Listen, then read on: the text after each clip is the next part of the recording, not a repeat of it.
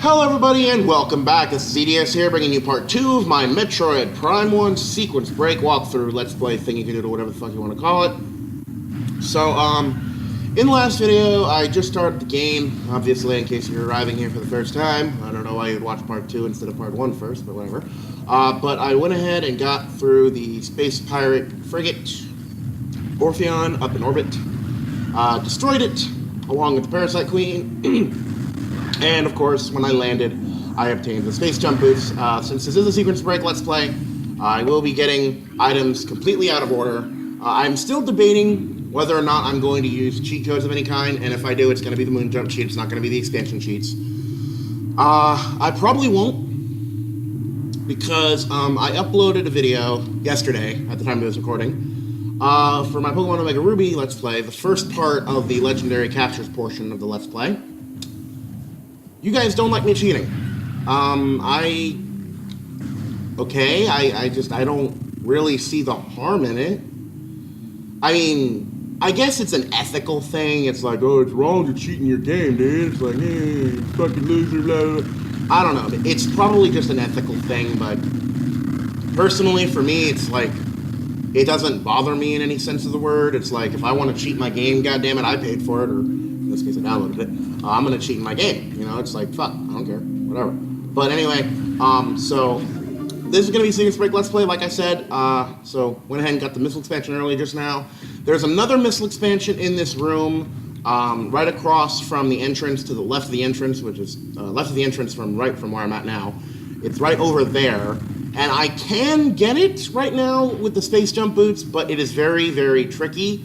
Because since the L button does not work the way it does in the GameCube original version, you know, the physical version, for reasons unknown, since it doesn't work, I can't get it right now without the moon jump or the grapple beam. So I will wait to get that expansion much later until we get the grapple beam. And also, there's an energy tank right above here, above this door, that I can also get by jumping from this cliff right here. And if I can time it right, I can get around that little pillar and grab it. But I actually am going to be getting that before I face Flogger anyway. It's on the pathway through an expansion tunnel to get to. So I will be getting that legitimately anyway. Plus, again, without the L button to move around with, it is very tricky to actually get to that expansion, because the L button helps to cancel your momentum in midair, which allows you to also... it gets like a tiny amount more distance when you're jumping. I don't know why that is, but I do know for a fact that it is a momentum canceller, because if you hold the L button and then adjust the control stick in any direction, the L button will stop your movement in midair, and then you can use the control stick to reposition yourself while in midair. It's not a big deal, but it does help a lot when it comes to gathering certain expansions. And here, however, we can grab the Morph Ball early, which I'm just going to go ahead and fucking do this right now. I should be able to, yep, there we go, and boom, done. You can only do this early with the Space Jump Boots, as far as I know. I don't think you can get this early without them. I've never tried, so I don't know. Actually, no, I have tried. But normally you would just, like, if it is possible, you'd probably use the Ghetto Jump, which, for those of you who don't know what the Ghetto Jump is, it's basically... you hug the side of a sloped wall and then jump. And the Ghetto Jump allows you to... allows you to get up sloped surfaces a little bit higher. It propels you just a tiny bit farther up. It doesn't work on this slope, because for some reason this line right here is a flat surface in the game's code, as far as I understand it. Same with this line over here. It doesn't work that way. So you can't jump up there without the boost ball. But you can get up there with the boost ball, which we won't get for a while, but whatever. So there's also a missile expansion up here that I'm going to try to get right now by jumping onto this branch here. But since there is a cacophony of beetles below me, it's going to be kind of tricky not to do this without getting damaged.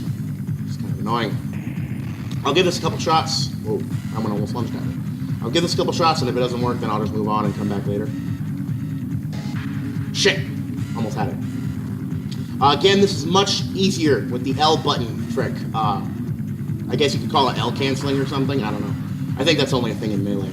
But it is much easier with the L button working properly, because again, it cancels your midair momentum. To my understanding, anyway, correct me if I'm wrong, but that's what I know it does from experience, is that it catches linear momentum. Or at least allows you to direct yourself better. Yep, there we go. Okay. So I did manage to get up there. Okay, that's cool. So we'll grab this missile expansion here. If I can actually grab it. There we go. Normally you wouldn't be able to get this without the boost ball, but with the space jump boost and that little ledge right there, you can get it pretty easily. So that's cool. Next thing we're going to go after is the charge beam, because I have no reason to go after the missile expansion just yet. The main missile expansion, which I'm also going to be skipping. As you can tell, I just skipped the Morph Ball Bomb boss, the Plated Beetle. I will also be skipping the Hive Mecha, which is the missile expansion boss, the one you're supposed to fight to get the missile expansion the first time. So, hold on a second, guys. My record thumb's going on. There we go. Okay. So let's go ahead up to this ledge here and go ahead through this tunnel in front of us. Now that we have the Morph Ball, we can go right in there, since there are some trees that are blocking our path without the Morph Ball. If you guys can't tell, I've played this game a few times. Not going to say I'm an expert at it, because there's still certain tricks, like the out-of-bounds ice beam trick that I can't do.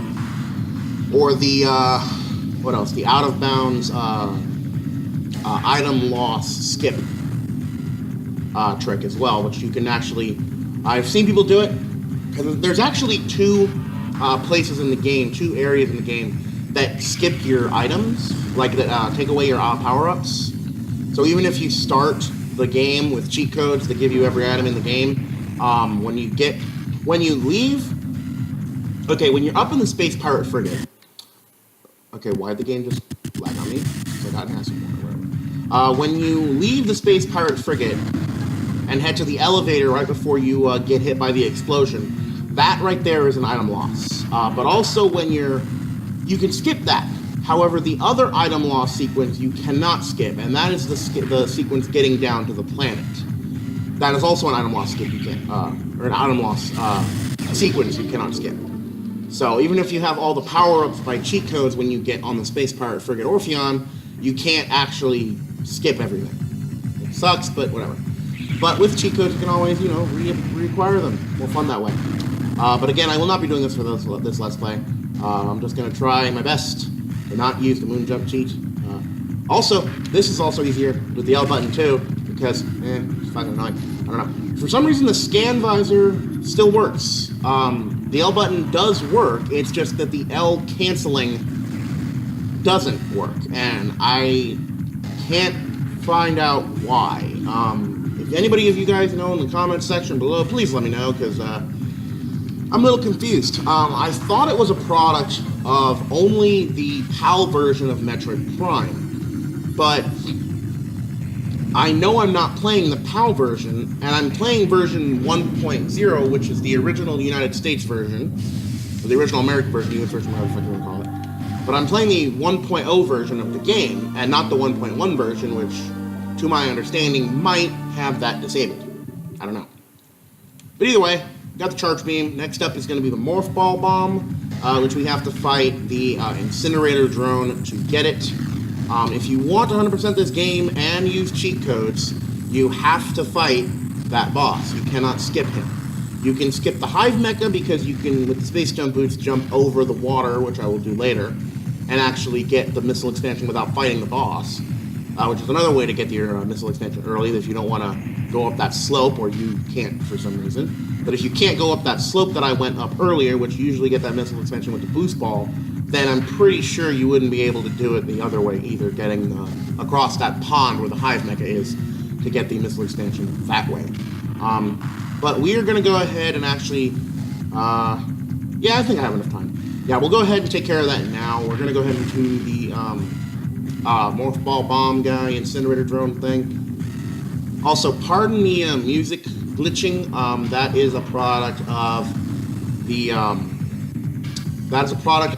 the fact that I skipped fighting the boss, so the music just continues to loop until I do something to change it.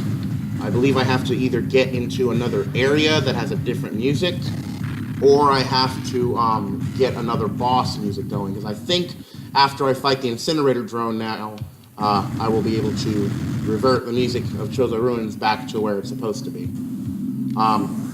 So let's go ahead through this tunnel. We will come over to the right here after we are done. There's some stone toads there we can blow up with morph ball bombs.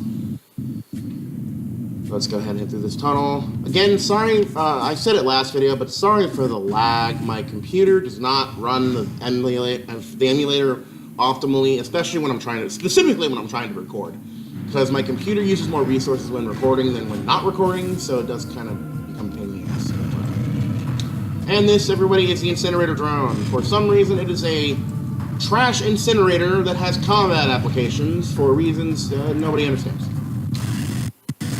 It takes 4 missiles to kill it, and it only does it like, it has a certain pattern to it where you have to kill these bugs, so you don't have to kill the bugs. You can let them swarm you if you want, but I prefer not to because they kind of chunk your health out pretty quickly. I only have 1 energy tank right now, so that's not exactly optimal for my purposes in playing this game right now. But each time you destroy, of course, each time you shoot the sensor that comes out of the top of the drone, it will fire its fire. Ah, shit, wrong button. It will fire its fire. Ah, shit. God damn it. There we go. No! Thank you. Ah. Okay, that was close. It will fire its fire into the wasp nest above. If you want 100% of scans, which I'm not doing pretty much any scans. The only scans I'm going to do are the bosses that their weak points show up when you scan them, and you can't damage them unless you scan them. So I think there's only 1 boss that's like that, and I don't remember which one. But I won't be doing any scans. So if you want 100% scans, make sure to remember to scan both the wasp and the incinerator drone in this room, because this is the only part of the game that this type of wasp appears at. Every other form of war wasp is, well, not this kind. It's either the regular kind. I don't know if there's a third variant, but I know that there's only this. I know of this kind and the regular war wasps, which simply attack you. So that should be enough right there, and done. It is probably the easiest boss in the game, but it's also the dumbest. I don't like this boss. It's stupid. I don't get why it's even here. But either way, we got the morph ball bomb, so that's cool. Pretty much the most used power-up in the game, minus the space jump boost and the power beam, which I can't really consider the power beam a power-up considering you start the game with it, but morph ball bomb is going to be incredibly useful for, like, everything. So we're going to be using it often. And also, like I said before, if you want 100% of expansions in this game and use cheat codes, which you can cheat the morph ball bombs in the game with actual gameplay codes, but if you want 100% of the items, you do have to fight that incinerator drone to get the missile expansion that I just obtained. So let's go ahead back to a save room and call this an episode. The Metroid Prime sequence breaking Let's Play will be mostly an informative one, less like my Pokemon ones where are more jokey and stuff, because a lot of people don't know how to beat this game the way I do, so I want to give a more informational guide on how to beat this game with a little bit more precision, a little bit less time, I guess you could call it. I think the website How Long to Beat calculates Metroid Prime as being a 10 to 12 hour game, I want to say, or 8 to 10 hour game. I can beat it in under 3. Sometimes under 2 if I'm really good. I usually don't speedrun this game though, because I make a lot of beginner mistakes still. Plus there are certain tricks like the out of bounds ice beam trick that I cannot perform. I've attempted them many times, but I just can't get it to work. We will be getting the ice beam early, but not through the out of bounds glitch. We'll be doing the trick that I always do, which may not be possible considering the L button doesn't work in this game, but I will figure it out when we get to there, which will not be for a while, not until after we've obtained the wave beam and the boost ball from Venrana Drifts. So yeah, look forward to that in the future episodes. It'll be fun. Yeah, like I said, this is going to be more informative. Let's go ahead and grab us an energy tank real quick before we head to the save room, because now that we have morph ball bombs, we can kill that stone toad, and then bomb everything to smithereens. Oh god! If you guys think the lag is painful, imagine how I'm having to feel for it, because it's throwing off my timing with button presses. And this tunnel right here, in my original GameCube version, just kind of a fun fact, always used to freeze on me. I don't know if it was a product of my GameCube or my Wii. It wasn't really a product of either. I think it was a product of the disc. But it was a disc I received from an ex-friend of mine back when, like, 2008 or 9, maybe 9 or 10, something like that. It was a long time ago when I've been playing this game.